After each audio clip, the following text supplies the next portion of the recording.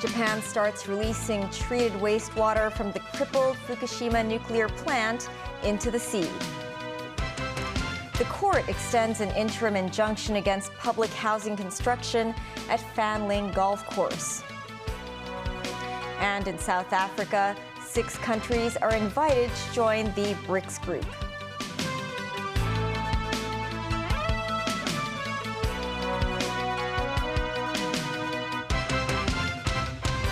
Hello and welcome to TVB News. Japan started releasing treated radioactive water from the tsunami-wrecked Fukushima nuclear power plant into the Pacific Ocean at midday Hong Kong time today. In South Korea, at least 14 protesters were arrested as they entered a building housing the Japanese embassy in Seoul. And China announced an immediate blanket ban on all seafood imports from Japan. Tracy Furness has more. The operators of the crippled Fukushima Daiichi nuclear power plant, Tokyo Electric Power Company, or TEPCO, said they had started discharging wastewater from the plant into the Pacific Ocean. TEPCO's engineering company manager, Junichi Matsumoto, said the treated water was released at 1 p.m. Japan Standard Time. We are planning to release the water continuously 24/7 over the period of 17 days. If we see any failures in our system, we will halt the release, he said. Locals of the area protest in front of the Fukushima prefectural office building Wednesday. They shouted, "Do not harm the Earth's environment. Do not forget the suffering caused by Fukushima." And in Seoul today, South Korean police arrested at least 14 college students who stormed a building that houses the Japanese embassy. The group made it to the 8th floor of the building where the embassy is located and hung banners condemning the release of wastewater into the ocean. Police officers were seen dragging protesters out of the building and bundling them into a bus. Meanwhile, China announced a ban on the imports of all aquatic products from Japan today. This as Beijing residents voiced their concerns about the release of the first batch of contaminated water. Connie Yo said, "This incident won't really affect what we think of the Japanese people, but we are very disappointed at the Japanese government." And Lai On-dong said, "Previously, I didn't feel anything that was particularly bad about Japan, but this incident has affected my impressions of Japan." Tokyo maintains the water release is safe, noting the Atomic Energy Agency had concluded that the impact on people and the environment was negligible. Tracy Furness, TVB News. Here in Hong Kong, the government has banned the import of aquatic products from 9 Japanese prefectures and Tokyo metropolis starting today. Some residents say they will stop purchasing seafood in the short term. Sharon Tang has more. With immediate effect, aquatic products from regions such as Tokyo and Fukushima are banned from coming into the city. The Center for Food Safety will perform comprehensive radiation testing on other aquatic products from Japan. The operator of a Japanese restaurant said many businesses have turned to Hokkaido for food supplies. She said it's inevitable that competition will intensify and prices are expected to shoot up by about 30%. At the Barrington Road Market in Causeway Bay, some residents expressed concerns over local seafood. This woman said she'll stop having seafood in the short term as she's not sure where the radioactive water will spread to. This woman, meanwhile, said she'll opt for healthier products like beef from Australia. In 2021, Tsinghua University conducted research simulating the spread of radioactive water from Fukushima. Results show that the water could reach Chinese coastal waters 8 months after its release and the North American coast in about 1,200 days. The discharge plan is set to continue in the next 30 years. According to Tokyo Electric Power Company, or TEPCO, most of the radioactive elements will be filtered through the advanced liquid processing system. What's left is tritium, a radioactive isotype of hydrogen that is hard to separate. TEPCO will then dilute the treated water until tritium levels fall below regulatory limits before pumping it into the sea. Kenneth Leung, a City University academic who specializes in marine pollution, said the dilution cannot completely remove all radioactive substances. He reminds children, chronically ill patients and pregnant women to avoid eating big fish that's higher up in the food chain. Meanwhile, some have suggested treating the radioactive water by evaporation, but an expert disagrees.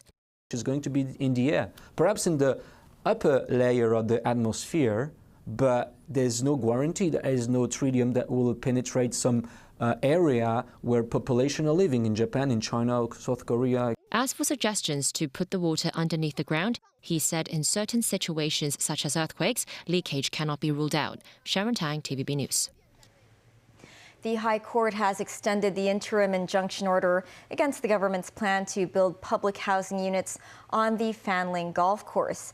The suspension will be in place until the court makes a decision over a judicial review filed by the Hong Kong Golf Club against the government's environmental impact assessment report on the golf course. Jackie Lin reports. The government is poised to take back the 32 hectares of land from the Fanling golf course next week. Among them, 9 hectares will be used to build public housing.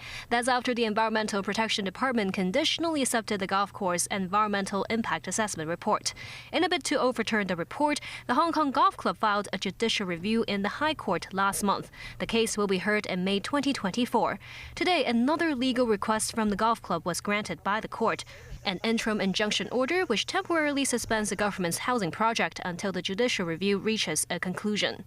In a written judgment, Judge Russell Coleman said the government promised not to proceed with their construction works on the 9.5 hectares of land. So the injunction order won't affect the housing plan, and the government is studying whether to reduce the number of housing units built based on the environmental assessment report. The golf club also said if the court doesn't issue the injunction order, it will severely affect the course's environment as well as its cultural heritage and areas of high ecological values. The judge added the inspection work by the Civil Engineering and Development Department should not be affected by the interim injunction, including their spatial and tree survey.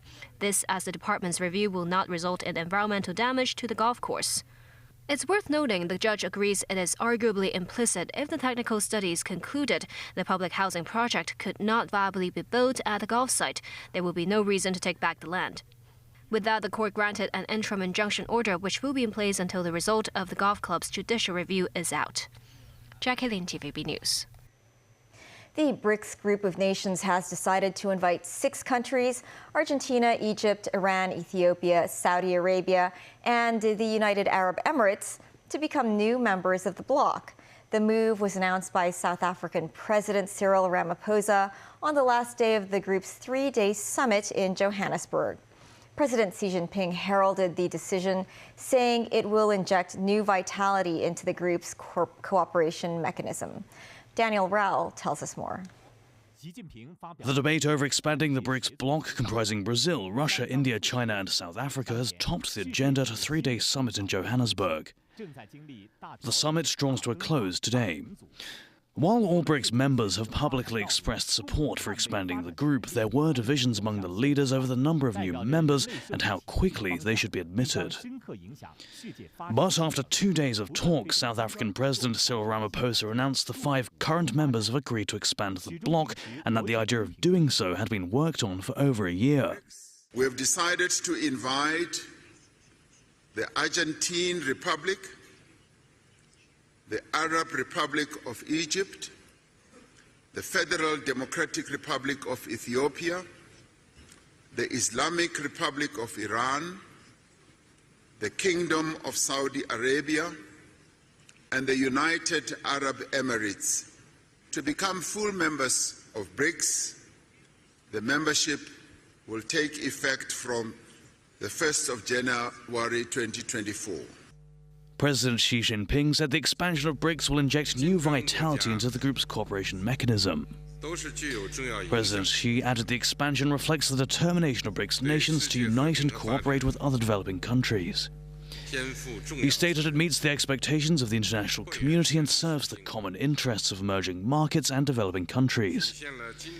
She also said the BRICS members are all countries with great influence and shoulder important responsibilities for world peace and development. Russian President Vladimir Putin delivered a remote address congratulating the new members. This marks the second time that BRICS has decided to expand. The bloc was formed in 2009 by Brazil, Russia, India and China. South Africa was added in 2010. The BRICS bloc currently represents around 40% of the world's population and contributes more than a quarter of global GDP. Dan Orell, TVB News.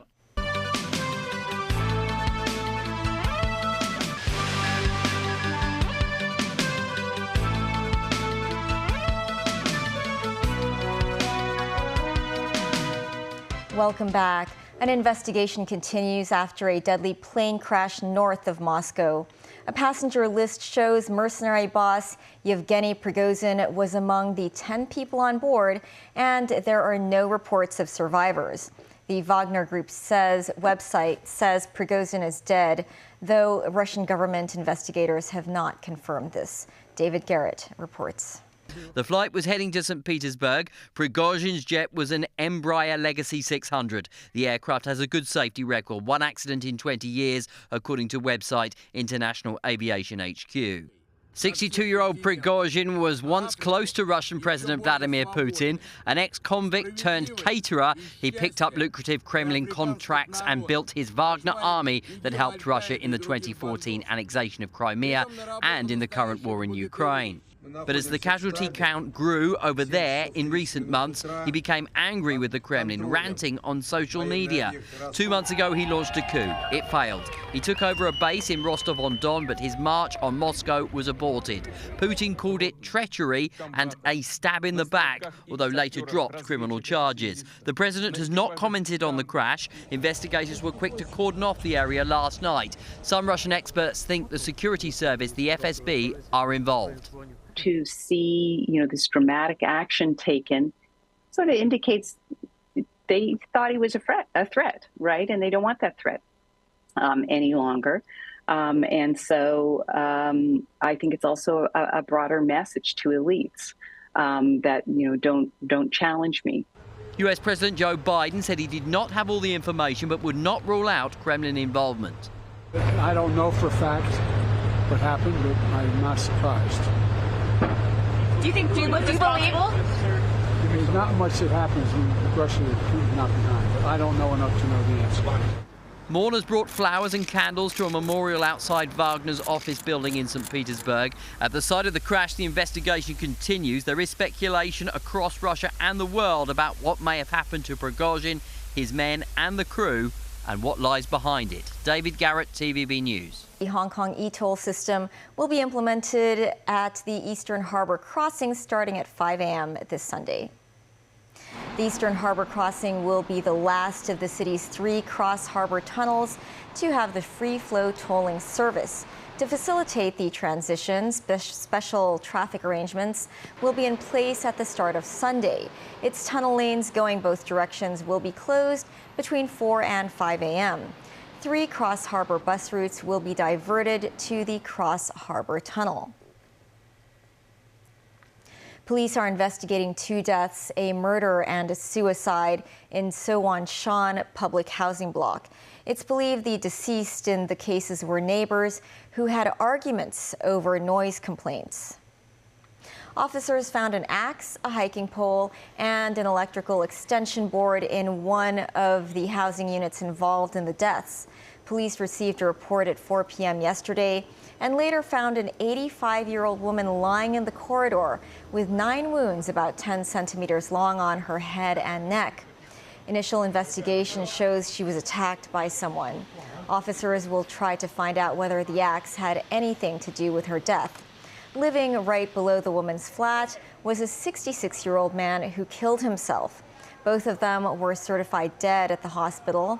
Initial investigation shows the 2 were neighbors who had arguments over noise complaints yesterday and multiple times before.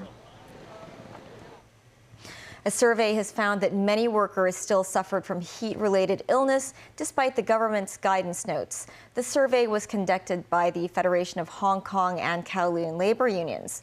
Outdoor employees and employers were asked about their perspectives on the effectiveness of the guidance notes on prevention of heat stroke at work warning since its introduction. About 30% of the workers said they had suffered heat illnesses during work. Mimo Singhai reports.